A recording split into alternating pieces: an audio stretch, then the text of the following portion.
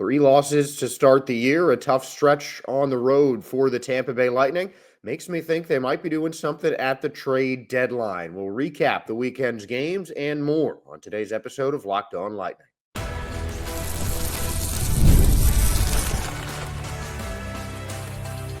You're Locked On Lightning, your daily podcast on the Tampa Bay Lightning, part of the Locked On Podcast Network, your team every day.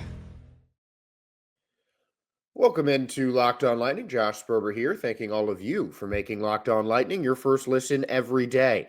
We're part of the Locked On Podcast Network, your team every day. And if your team is the Tampa Bay Lightning, then this is the show for you. Today's episode is brought to you by FanDuel. You can start the season with a big return on FanDuel. New customers can place a $5 bet, and you'll get started with $200 in bonus bets if you win your first $5 bet. Just visit FanDuel.com to get started. And we will get started by talking about the Lightning's Friday game against the Los Angeles Kings, the first of two games this week, where the Lightning shot over 30 shots and unfortunately could not come up with the win. It was Victor Hedman right off the bat. And I even posted on Twitter just how excited that Hedman's goal made me. You know, the Lightning, we've talked about their skill in the first quarter, their ability to just come out absolutely hammering. And that's what happened. You have a tough loss in a game that on paper you probably shouldn't have lost for the Lightning in that game earlier in the week on Thursday against the San Jose Sharks, a 2-1 loss that started this losing streak. And it just seemed like the perfect way to break out of it was with just a hammer of a slap shot from your captain. That seems just exactly how you want to get started. And frankly, I was just ready for an exciting game where I thought the Lightning were going to just pile on some goals against the LA Kings. The Lightning outshot the Kings in every period, but they could not score another goal. And part of that is because Darcy Kemper has been a solid NHL goalie in his career. He had one of his many good games. He's been one of the better goaltenders this year for a contending team in the LA Kings. And I mean, sometimes you just got to give the goalie credit. I mean, we're going to say the same thing about John Gibson in the next segment because he made some stonewalling saves. And it wasn't that the Kings made a lot of good chances. I mean, you really felt like this game was in the hands of the Lightning for most of it. You know, they seemed to be attacking more. Face-offs were even. Power plays, didn't really happen. In each of the two games, the Lightning allowed one penalty. The Lightning committed one penalty. That was it. Weren't able to capitalize on the power play on this one. I think that could have hurt them. Typically, if the Lightning have more power plays than their opponent, you usually see them get one. And that is, I think, that's that's got to be one of the things that you look at in a game that's this close. A power play goal, could have turned the tide, and it just didn't happen. Lightning, that's not going to detract from Tampa Bay at all, though. I mean, they're a team that has one of the better power plays in the league, and it just in this time they didn't do it. And that penalty, it came coming in the third period as well. Just that is the time. I mean, it just seems like the Lightning took that penalty. Lightning got that penalty once in the first period to lay a game. The first period, I think, might have been their better chances on the power play. I think at that period they were just firing on all cylinders. It just didn't seem like they could keep up that energy in the rest of the game after the first. So, I mean, that certainly hurts. They did a good job on the penalty kill in the second period. And then third period, a little past the halfway point, an interference penalty against Asimont, who had been really physical. He had a season-best 5 hits in that game. Career high tying 5 hits. You like to see a physical forward. It stinks to see him get knocked down, and you just want the team right there, the guy who was just dishing out hits all game, who was a real physical presence on defense. he gets interfered with and you want to capitalize. And then it just seemed like after that, the Lightning just kind of faded. Then Kempe scored, and that was really it. But it's a tough one, and especially even on that Kempe goal, the go-ahead goal came not too long after the power play had ended. Was almost prevented. I mean, it was a great pass between two defenders. Perbix might have stumbled a little bit. It just seemed like it was just one of those things. Like maybe a little bit of shaky footing was the reason the Lightning lost that game. Things could have been different in overtime, but again, just the Lightning ran into a hot goalie, and the Kings just stepped up on defense, and that was really it. Not an easy one for the Lightning to lose. Certainly a game against a contending team. You take a look at where the Kings are in the standings right now. They're second behind Vegas in the Pacific Division, tied with Edmonton with a game in hand on the Oilers, who, again, a lot of teams think is a Stanley Cup favorite after they made the finals last year. Tied for third in the Western Conference in points. I mean, the Kings are a very good team, and this is a team that the Lightning had a legitimate chance of beating on the road. They just did not. Couple things could have gone their way here or there. I mean, it really wasn't one. I don't really see one big thing that went wrong for the Lightning in this game. They had their chances. 34 shots on net. If you outshoot a team 34-21, that's a game you expect to win. It was just, Kemper had a slightly better day than Vasilevsky, and maybe if Vasilevsky were busier, he would have been on more of a heater. Getting that first goal right off the faceoff can't help either. It's again, it's not like these are two bad goals that Vasilevsky let up. It was hard to see that slap shot right off the faceoff from Mikey Anderson. I mean, just Denault passes it right back, and even on the camera, part of that's just the angle of the television camera that you see that game from. But like, it's hard to see the shooter. Like, that's not an easy one to get. And then that second goal, if Perbix hadn't stumbled at first, things could have been completely different. And who knows? I mean, that puck was in right around center ice when it was picked up by Turcotte. I mean, he made a great pass to set up that goal. I don't want to say that it was, he took advantage of a stumble, but like, that was a difficult play that almost was prevented. The Lightning did a great job. Lilleberg did a great job in recovery on that. It was just flailing sticks, and Turcotte made a really exceptional play. I mean, that's not even one that I fault Perbix, who slipped a little bit, because he came back and almost took the puck away from Turcotte before he made that pass. And it's just, if you can make a pass under two sticks, I mean, that's just a great NHL hockey play, plain and simple. So it's not something that you can really be like, Lightning really should have not letting mess that up. They really should have prevented it. It's just a tough one. This was just one of those games that was a toss up, and the Lightning were unfortunately on the wrong end. I mean, they can still play against these contending teams. It hurts to drop in the standings, get behind Boston with 5 games in hand. But those games are still in hand, and the Lightning do have time in January to pick some of those games up. But this was just one of those games that you expect that you would just hope to go the Lightning's way, especially at this point in the month. The Sharks game, the Ducks game, both are 2 games on paper that you would expect and hope that the Lightning would win. But it just didn't go their way. And the Kings game, not, certainly one that was a toss-up on paper, for sure. But this was a winnable game for the Lightning that they just couldn't close on. And we'll talk about the Ducks game next, and that was a little bit different. Another game where the Lightning had a lot of shots, but this one, it just seemed like things got away from the Lightning here, and that is what we'll talk about in our next segment. No crown against the Kings, And we'll take a look at the rest of the Lightning's California trip when we return.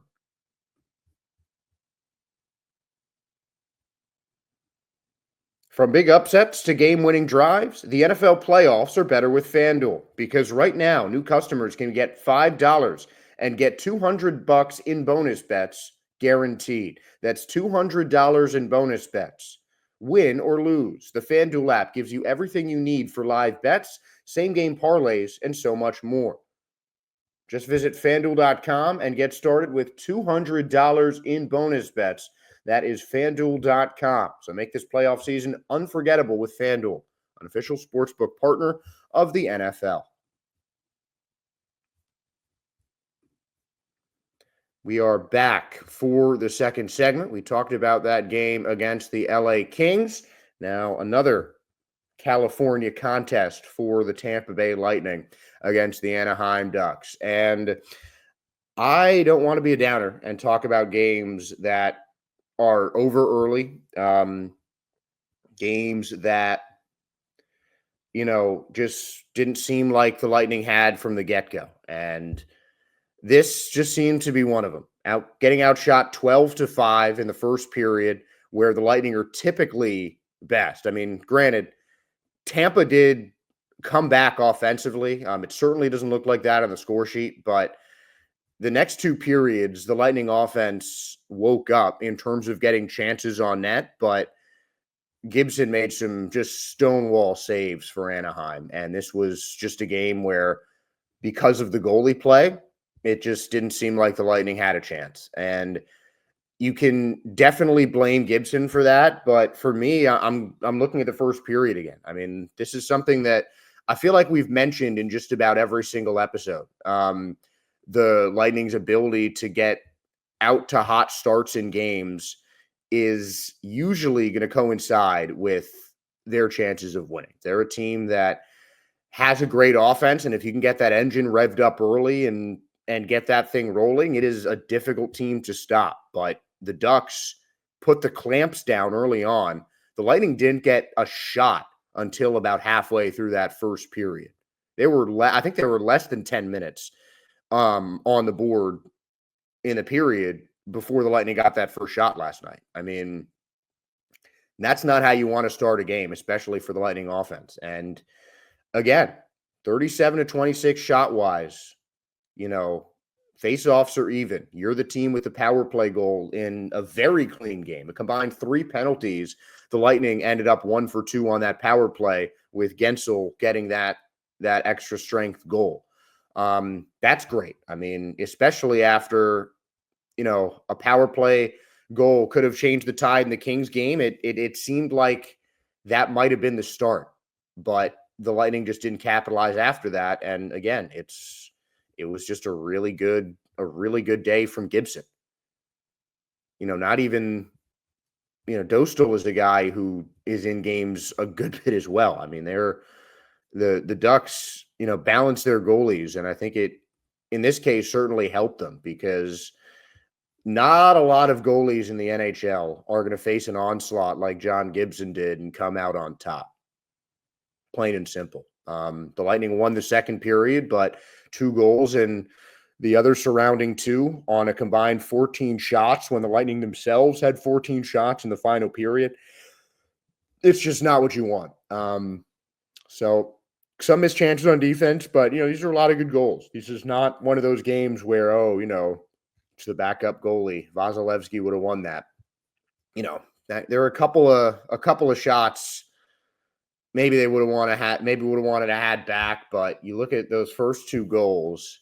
Terry's goal in the first period was ridiculous. I mean, that shot was just so fast and in just the perfect spot that you didn't even see the net move. It was like just on the inside of the bar. I don't know how you're even seeing that.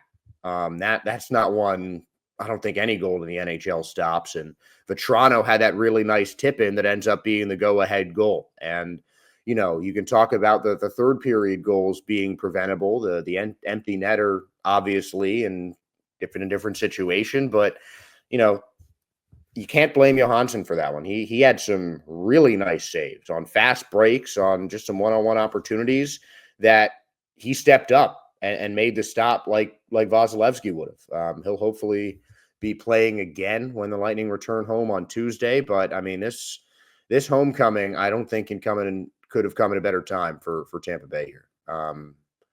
Carolina and Boston. I mean, these are two teams that you think are beatable for sure. That Bruins game on Thursday is going to be so key, regardless of what happens against Carolina. I mean, this is the game against the Bruins, I think, is the biggest one of the month. That really has to be a tone setter because they face the Bruins in Boston less than a week later. But it's just, I don't, offensively, there's just not a lot of things that I saw the Lightning doing wrong. And defensively, a couple of things that you want to tighten up here and there, but these are two games that I just didn't see as just bad games. The first period, I think, in this one, as I said, was the big factor.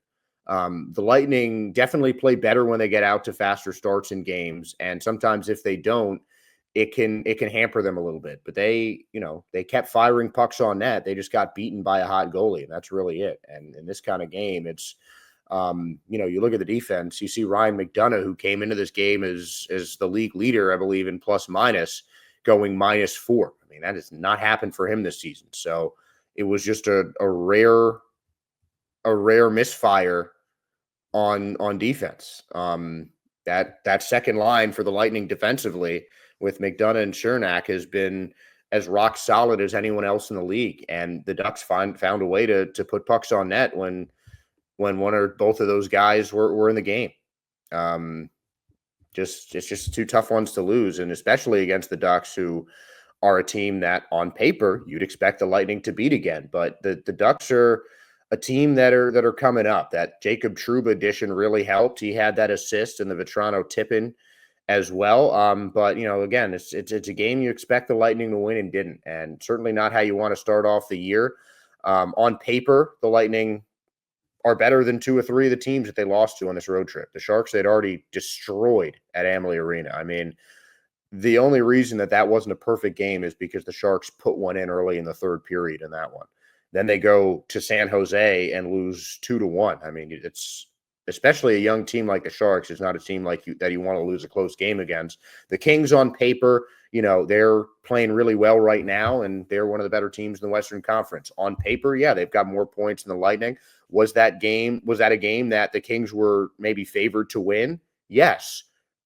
Could the Lightning have won that game? Absolutely. That game could have gone either way, for sure. And it just wasn't the Lightning's day on Saturday, and then they go on the other end of the back-to-back and lose another one. This game, again, I think it got out of the Lightning hands pretty early, and that's something that they need to work on, just putting the clamps down and keeping things up, and just keeping that defensive pressure up from the start of the game. It was a little less physical of a game for the Lightning, and I think that's something that they might need to work on as well. But the Lightning put a lot of pucks on net, 37 shots on goal. The Ducks shot 26 shots on goal and 24 blocked shots. So, the Lightning could have done a lot more damage. It was just, the pucks going the wrong way, and the white jerseys, the orange jerseys, the Ducks players were just finding the pucks at the right time. And, it was Lightning caught Anaheim on one of their better games of the season. And sometimes you just have to give the Ducks credit, but sometimes it could be a sign of something else. Could it be that the Lightning just need to look for some help elsewhere? Maybe the answer is not on their roster. And at this time of the year, it could be time to start thinking trades. The NHL trade deadline is coming up, and there are certainly some names that are going to be available. Defensemen, forwards, maybe even some other surprise move. They might get another goalie. They might look for some prospects. I mean, there are a lot of things the Lightning can do at the upcoming trade deadline, and they have already made some really solid trades over the course of the offseason leading up to this season, like getting Jake Gensel. And Connor Geekie looks like that is going to pay off for the Lightning in the future. It's hard to really grade a trade where the key defenseman in the defenseman swap is injured. Does that mean the Lightning are going to get another defenseman at the trade deadline? Certainly some options for Tampa Bay. We'll have another deadline discussion when we return. Did Rocket Money help you find subscriptions that you forgot about or that you were paying for twice? Well, that's definitely happened to me. I had a few subscriptions that I didn't even realize I was still paying for, and Rocket Money made it so easy to track them all down. It's like having a personal assistant for your finances. Rocket Money is a personal finance app that helps find and cancel your unwanted subscriptions, monitors your spending, and helps lower your bills so you can grow your savings. It brings everything together all in one easy place, whether it's subscriptions, your spending habits, or even the goals that you want to hit this year financially. Rocket Money has over 5 million users and has saved a total of $500 million in canceled subscriptions, saving members up to $740 a year while using all of the app's premium features. For me, one of the best features is the subscription tracker. I've used it to cancel services that I wasn't using anymore, and I've already saved a ton. Plus, with their goals feature, I've been able to automatically set aside money for the future. No more stressing about budgeting every single month. So cancel your unwanted subscriptions and reach your financial goals faster with Rocket Money. Go to rocketmoney.com/lockedon today. That's rocketmoney.com/lockedon today. Look at the link below and visit rocketmoney.com/lockedon.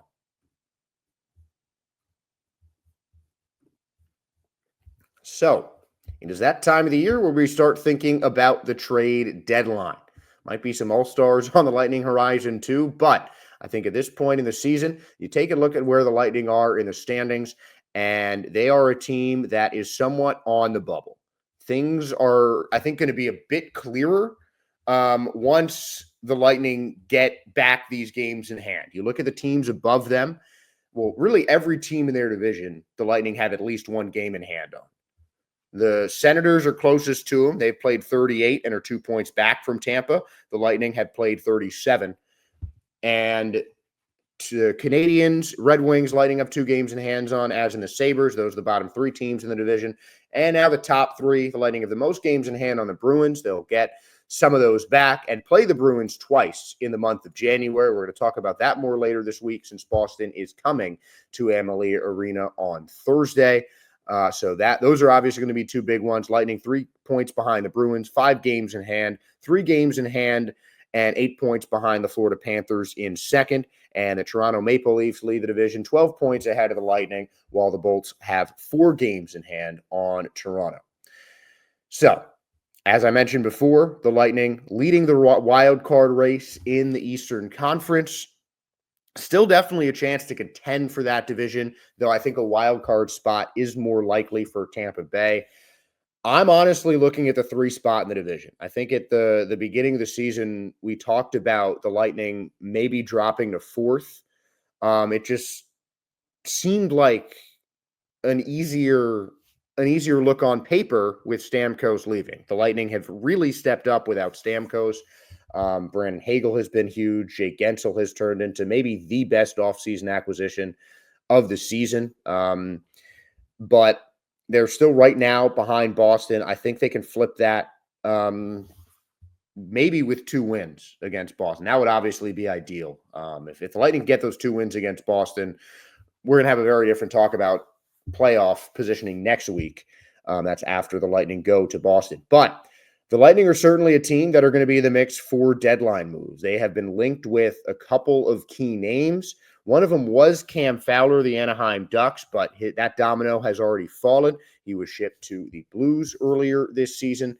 And that was one of the big names. That, I think, wasn't a huge fit for the Lightning. I think the Lightning are looking for some more younger talent, and they might have to start trading some prospects. The one name that I think the Lightning should take a real serious look at is Ivan Provorov. I think he fits the Lightning's bill just for a younger defenseman. Maybe sticking him on a line with Victor Hedman could be a nice change. I mean, it could be a challenge for JJ Moser once he comes back, but I mean, it's a tough injury that Moser had. I mean, I've seen him around the locker room since his injury, and I don't think I've seen him without some sort of limp in his step. I mean, is it something that I think he can his injury? I think he can recover from. Absolutely, but it might take some time. And adding another defenseman could be the key for the Lightning. And Provorov, a young guy, 1 year on his contract, and he could fetch a relatively cheap price, but I think the Lightning are they might have to part with some prospects. Ethan Gauthier is someone that I think a lot of teams are going to be asking about just with his youth and the fact that right now, when you look at Lightning players in their system, he is leading their minor leaguers in points right now. Granted, some of those are NCAA guys when you look at Isaac Howard and Connor Kurth, but Gauthier playing for Drummondville is 13 goals, 22 assists right now. He's someone that, might take a couple seasons to get up to the NHL, but that could be a piece that you could see the Lightning moving. Jesse Lonen's another guy that I'm looking at as someone who I think has the skill that could make an impact on a team like the Blue Jackets. He could be, at the very least, he could be a bottom six forward for them, maybe even rise his way up. He's a guy who's a bit older, but just hasn't got a foothold in the NHL. Maybe even guys on the Lightning's NHL roster could be moved. Gage Gonzalez is a prospect that, if the Lightning get the right forward, that could be someone to move. But I think that they're not too heavy on forward depth right now, so they might want to keep some of their forwards that are a bit more NHL ready. Jaden Dureau is someone who I think is a candidate to be moved. Couple seasons where he's been up and down between Orlando and Syracuse, and he might not be gaining the kind of traction that they hope from him. So he is someone that could be moved. I mean, there's plenty of minor league guys that the Lightning could ship out for a player like Provorov, 27 years old, playing on a team that is far from contending, I think, and it's what you expected. David Savard is a team that is a player that could be going. There might be some guys on the Rangers that they could look at as well. I mean, I think with the Rangers players, they might be fetching a heavier price because you look at the guys that they might be talking about as Zibanejad and Chris Kreider. Chris Kreider was a player that I thought would be moved way sooner. But the Rangers ended up moving their captain and Capo Caco that started the dominoes falling, and Kreider might be the next guy. And I think for the Lightning, that could be a really interesting move. He might be someone who commands a heavier price, but he's a well-known player. He's got some familiarity with Ryan McDonough already, and he's someone that I think that the Lightning should target if they're going for an offensive player. A solid veteran guy who's just been around the league a while and he's done a lot. And I think that the Lightning do have some solid veterans on their teams, but you look at one of the big veteran acquisitions in Cam Atkinson in the offseason. He's been a guy who, partly because of injury, but he's been scratched almost as many games as he's played. He's a player that could be moved as well, maybe to a team like the Rangers. Doubtfully. I mean, I feel like he's someone that the Lightning are just going to have to eat, but he could be, I think he was a 1-year contract, could be an expiring contract to move if the Rangers are looking to make a move in free agency next year with some of these trades. But I think offensively, Chris Kreider is absolutely who I would target for the Lightning. Defensively, Provorov might be the biggest name on the market now.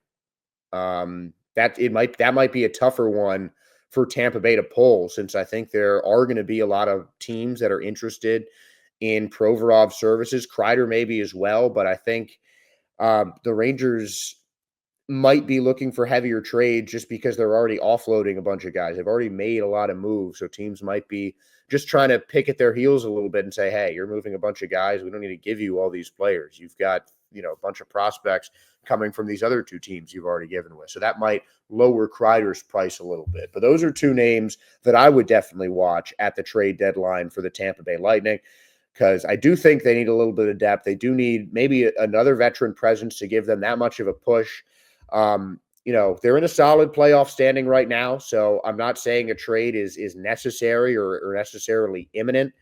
That's not always the Lightning's style, but I think the prospects they have, they could use a little bit of extra depth, use a little extra veteran presence, and a guy like Provorov could help set them up for the future as well defensively. So definitely something to watch as we go forward. But that is going to do it for today's show. And I just want to thank all of you for making Locked On Lightning your first listen today. And for your second listen, please make sure to check out Locked On Fantasy Hockey. Become a fantasy hockey expert and get the edge over your league mates with daily tips from Steele and Flit. Find Locked On Fantasy Hockey on YouTube or wherever you listen to your podcasts. And wherever you've listened to your podcast, please give us a like, a follow, a subscribe. We really appreciate your guys' support. And thank you again for tuning in to the show. So this is Josh Sperber saying goodbye from the studios here on Locked On Lightning, and we'll see you tomorrow. Go Bolts, everybody.